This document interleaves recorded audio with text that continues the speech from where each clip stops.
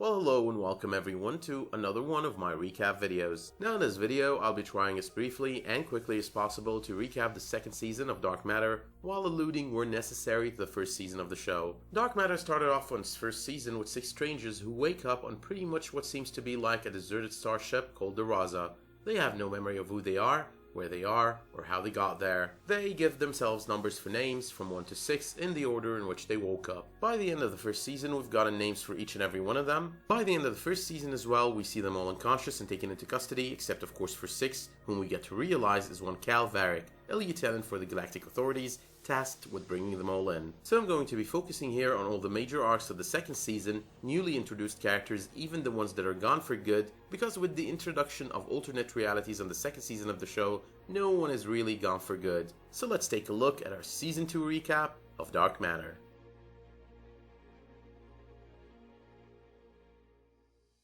The second season of Dark Matter started right where the first left off, with the crew of the Raza escorted to the GA prison Hyperion 8. Only Derek Moss and Emily Colburn, aka 1 and 5, end up getting their charges dropped. After being released though, 1 ends up digging into his wife's murder and what he believes might be false claims against Marcus Boone, aka 3, being her murderer, and confides in the acting CEO of his company about it, only to soon end up dead and surprisingly at the hands of Jace Corso, the man whose face and identity he stole in the first place to board the Raza and seek revenge on Boone. On the other hand, and back in Hyperion 8, the rest of the crew made new friends, or let's call them acquaintances, namely Nix Harper, who ends up getting closer to Portia, aka 2, Devin, who works in the prison infirmary and gets to sort of befriend Boone, and Nero, who kind of has an arrangement with the warden. With their assistance, the assistance of Varrick, aka 6, who realizes he works for a corrupt authority, and the help of Commander Truffaut, they manage to escape from Hyperion 8, returning to the Raza.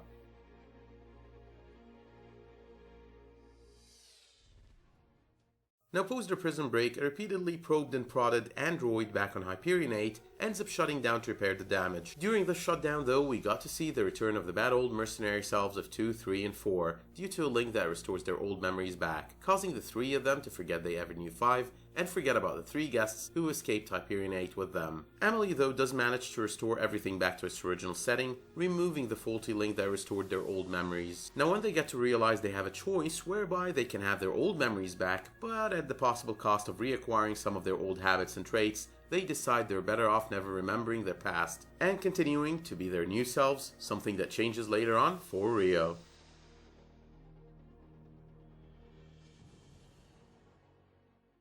During their stay in one of the stations, the android ends up requesting permission to walk the station and get to study human behavior in order to further understand it, only to meet Victor, whom we get to realize is but another android with an illegal upgrade that makes him go with his life unowned by anyone as he blends in seemingly human. Victor does end up gifting the Raza's android a chip, which later on she gets to use as she goes on her first off the Raza mission to find out more about the murderer of Moss.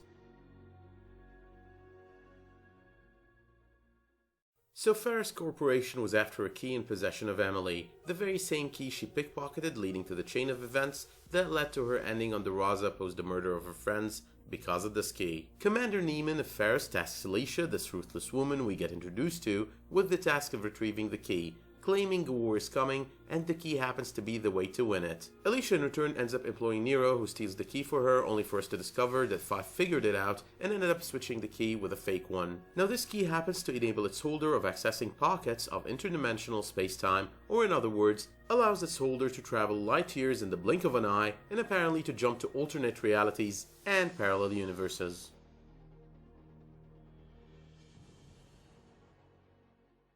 So down the road, the team gets to realize the truth about the murder of Derek Moss. He was murdered by Jace Corso. As they go out on the hunt for him, Portia ends up shooting him dead, but not before he informs her that he was hired to do so, and tries to bargain for his life with the information on his employer.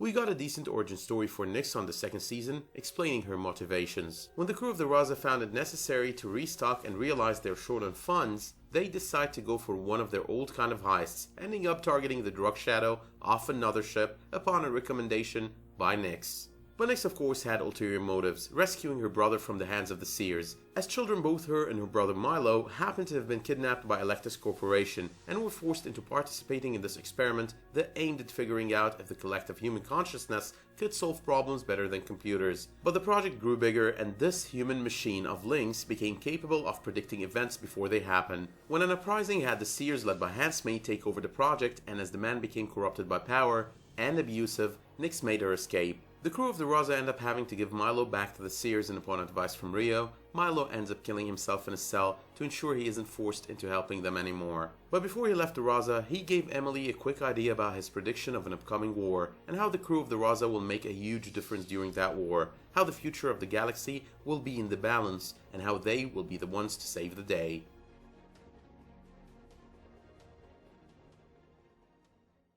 Now when the android figures out what Nero was doing on their ship and who he was in contact with, namely Alicia, the team decided to find more about the key and why she was so eager to have it. On Alicia's ship, life clone models of 3, 4, and 5 managed to hack into her systems and find out all about the card, how it could give any ship, the Raza included, a blink drive able to tap into interdimensional space-time pockets, jumping instantly to any location they want to travel to within the galaxy. The thing is, in order to get it functional, their mission had to extend from a fact-finding mission to more of a get-the-needed adapter to activate the card kind of mission. This ends up putting them in their one and only encounter with Alicia for the season, ending up with 5 securing the drive and bringing it back to the Raza. In the meanwhile, Devon didn't seem to be meant to be a regular on dark matter. Post a long conversation Nyx had with him about addiction and using, he ends up asking them to drop him off before leaving Regulus 12. He claimed he needed some off-the-ship time, only Nyx decides to join him in order to make sure he doesn't spiral down even further. Post him telling her about how he's been broken since this girl died as he operated on her while he was high.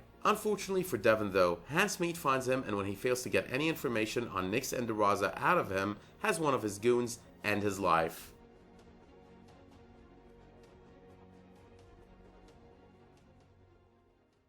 Combining the key with the adapter, the Raza had on their hands the blink drive, and upon deciding to use it, they ended up traveling only 1.2 miles ahead of where they were, only they traveled to a parallel reality, where Commander Truffaut is a total bitch when compared to their version of the woman, and one who takes away their blink drive. Regulus 12, the space station where they just dropped Nyx and Devon, has just been attacked and completely destroyed. And the crew of the alternate Raza is still their bad old mercenary selves, and Rio as Emperor of Xiron. Now in the alternate reality, the Raza crew is composed of Portia, Marcus, Jace Corso, Wexler, whom we met on the first season running his own crew in the original reality, and Tosh, who is part of Wexler's crew in that reality as well. Now in this reality, Varrick's identity as a GA lieutenant has been uncovered, and he's been shot dead by Portia. Now before the original crew got their hands on the alternate blink drive, they have uncovered and stopped a mutiny on board of the alternate Raza perpetrated by Jace, Wexler, and Tosh, neutralized them, and brought it all to the attention of alternate Portia and alternate Marcus,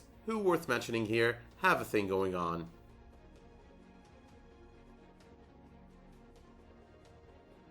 So during the events of the second season as well, too, at some point has to deal with these random and violent muscle spasms in her hand that were soon to be followed with blurry vision and dizziness. It seemed at that point her nanities were shutting down. In short, Portia was dying. In their effort to find a cure for her rapidly progressing symptoms, the crew ends up infiltrating the Dwarf Star Technologies HQ, and before it was too late, they managed to inject her with the blood of one of the new creations of Rook, blood containing updated and upgraded, less subject to failure nanites. However, it is always possible we'll see future side effects to those nanites, or they would once more shut down. It's after all the arc that keeps on giving. Also, during their visit to Dwarf Star, Marcus was supposedly taken to be tortured, only to come back acting completely strange and different. When the team realized he was compromised and managed to neutralize him, these weird alien-like gooey creatures started coming out of his eyes, nose, and mouth. The crew of the Raza did manage to space them, but we never found out what those were, making it a possible storyline for the third season of the show.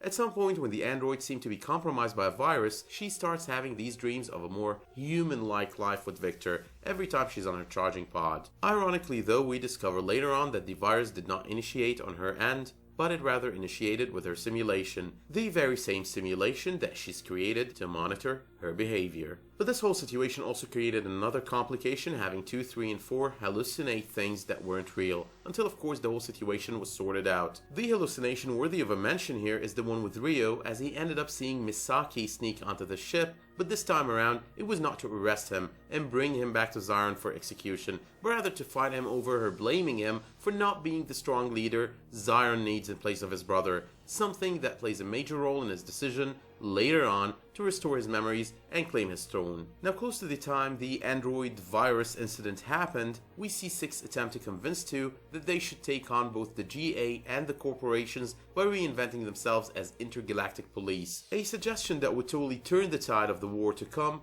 possibly bringing Milo's prediction closer to coming true. But of course it was a matter of time before Rio made his decision to restore his memories and take back Zion, a decision that came with side effects. It turned him into this ruthless man, taking away that shred of kindness that he has built over the period of the memory wipe. He ends up contacting high-ranking Zion officers and officials, promises to help them lay waste to their enemies and win the war using the blink drive, gets in touch with his brother Hero, convinces him of how his mother was the one to have murdered their father, leading Hero to decide to abdicate the throne in his favor. Now, when the time came and Hero actually ordered the arrest of his mother and her allies, who at the time included Handsmaid, right before stepping down in favor of Rio decided to kill them all, including Hero, showing that new ruthless side to him. In the process, Nyx, who has been having a relationship with Rio, discovers what has come of her brother as she comes face to face with Handsmaid and realizes as well that Rio is the one who advised him to end his own life.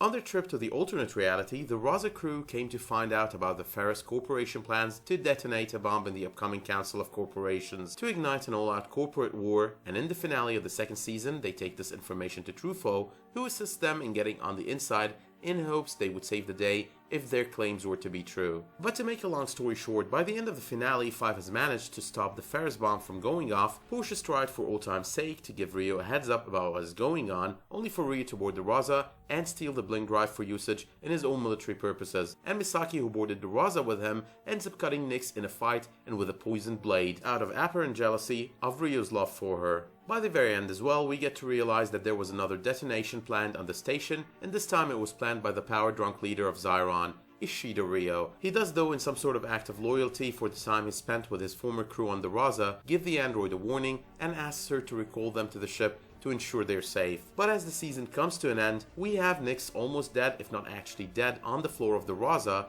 and the rest of the crew on a station exploding into pieces. But with that being said, my recap has come to an end, so let me know in the comments what you thought of this recap, what you think of all the unanswered questions on the second season, including whatever creatures we saw coming out of 3's face post his visit to Dwarf Star Technologies. And remember, it would be much appreciated if you drop me a like if you like the content of this video, and if you subscribe if you want to see my upcoming reviews and theory videos on the 3rd season of Dark Matter. I'll also be posting a second season recap of Killjoys pretty soon. But until then, thank you all for watching, and I'll see you soon.